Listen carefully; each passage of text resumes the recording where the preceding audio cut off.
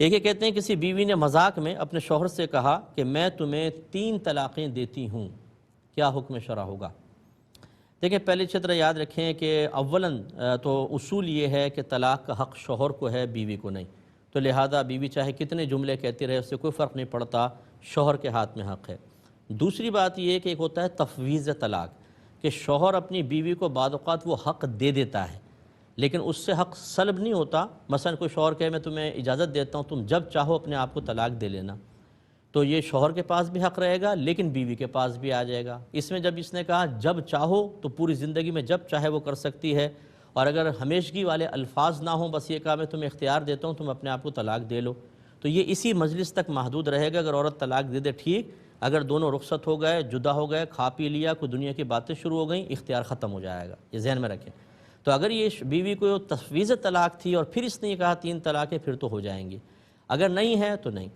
اچھا اس میں ایک اور صورت ہے وہ انشاءاللہ میں عرض کروں گا لیکن بریک کے بعد۔ یہ بتا رہے تھے آپ کو کہ اگر بیوی مذاق میں شوہر کو کہے میں نے تمہیں 3 طلاقیں دیں تو کیا ہوگا، تو میں نے اس میں 3 صورتیں بتائیں۔ پہلا یہ کہ شوہر نے طلاق وغیرہ تفویض بالکل کچھ نہیں کی تھی تو کچھ بھی نہیں ہوگا، کیونکہ بیوی کی طرف سے طلاق واقع ہوتی نہیں ہے۔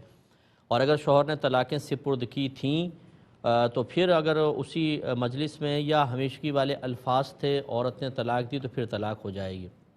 اور تیسری صورت یہ ہے کہ بیوی نے شوہر نے طلاق تفویض نہیں کی تھی لیکن جب بیوی نے کہا میں نے تمہیں 3 طلاقیں دیں اور شوہر نے جواب میں کیا میں نے قبول کی، تو اب فوراً 3 طلاقیں پڑ جائیں گی۔ یہ اچھی طرح یاد رکھیں، کیونکہ جب بیوی نے آفر کی اور شوہر اس کو قبول کر لے تو یہ شوہر کی طرف سے ہی طلاقیں دینا متصور ہوگا۔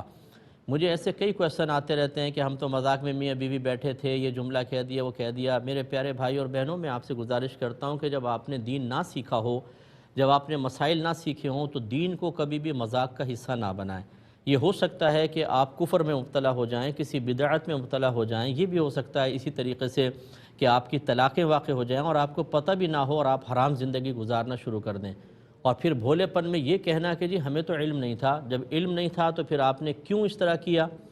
باہر کے ملک میں جب کوئی جانا چاہتا ہے تو پہلے وہاں کے پورے قوانین کا اچھی طرح مطالعہ کرتا ہے اور پھر ایک ایک قانون کو فالو کرتا ہے کہ جس میں خاص طور پر کوئی پینلٹی لگنے والی ہوتی ہے یا ویزا کینسل ہو جائے گا، کوئی اور مسئلہ ہوگا، جیل میں جانا پڑے گا، وہاں بہت زیادہ اس کا خیال رکھا جاتا ہے۔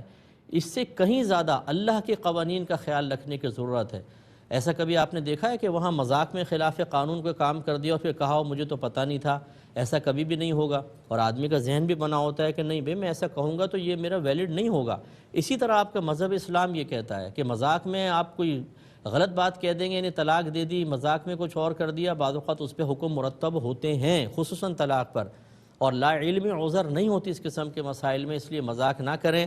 آپ اپنے مذاقوں کو شستہ رکھیں اور اسی طرف لے کے جائیں جس کا تعلق دین سے نہ ہو۔ دین کو اگر مذاق کا نشانہ بنایا تو پھر خود مذاق کا نشانہ بننے کے لیے تیار رہیے گا۔